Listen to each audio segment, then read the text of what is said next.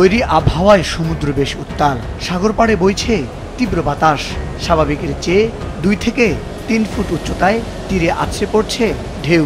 কিন্তু প্রকৃতির এমন বৈরিতার মাঝেও নিষেধ মানছেন না পর্যটকেরা। তাদের মধ্যে যেন আনন্দের ধুম পড়েছে। দলে দলে নামছেন সমুদ্রে।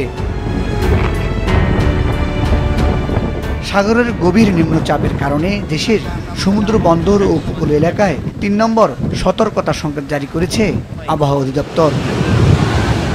এমন পরিস্থিতিতেও সকাল থেকে কক্সবাজারের সৈকতের কলাতলি, লাবণী, সুগন্ধা, সিগাল সহ সবকটি পয়েন্টে পর্যটকদের উপচে পড়া ভিড়। কেউ ছবি তুলছেন, কেউ ঘোড়ায় চড়ছেন।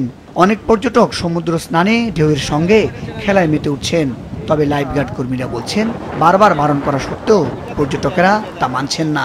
সাগর অনেক উত্তাপ, তো অনেক পর্যটক বারণ করা এবং তাদেরকে বারণ করা সত্ত্বেও তারা আমাদের কথা অমান্য করে পানিতে নেমে যাচ্ছেন। তাদেরকে হুইসেল এবং মাইক্রোফোনের মাধ্যমে বিপদ সম্পর্কে, পানির সম্পর্কে তাদেরকে ধারণা দিচ্ছে। তারপরে অনেকে না মেনে গভীর সমুদ্রে চলে যাচ্ছে। আবহাওয়া সতর্কতা সংকেতকে আমলে নিচ্ছেন না পর্যটকরা।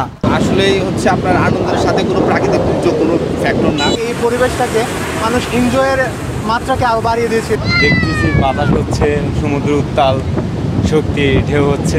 ভালোই লাগছে এখানে প্রকৃতি, আবহাওয়া আর যে বাতাস, খুব এনজয় করতেছি। আর তো আনন্দ করছি, ফ্রেন্ডরা, টিচাররা সবাই মিলে, কিন্তু একটু ভয় লাগছে, সেটা মানিয়ে নিচ্ছি। বাংলাদেশের সমুদ্র বন্দর, উত্তর বঙ্গোপসাগর ও উপকূলীয় এলাকায় ঝড়ো হওয়ার কারণে এখনও চট্টগ্রাম, কক্সবাজার, মোংলা ও পায়রা সমুদ্র বন্দরকে 3 নম্বর স্থানীয় সতর্ক সংকেত জারি রেখেছে আবহাওয়া অধিদপ্তর। এ সময় উত্তপ্ত বঙ্গোপসাগরে অবস্থানরত সব মাছ ধরার নৌকা ও ট্রলারকে পরবর্তী নির্দেশ না দেওয়া পর্যন্ত নিরাপদ আশ্রয়ে থাকতে বলা হয়েছে।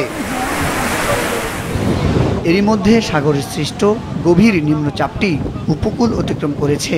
তবে বর্তমানে এর তীব্রতা কমে গেলেও নিম্নচাপটি স্থলে বিরাজ করছে।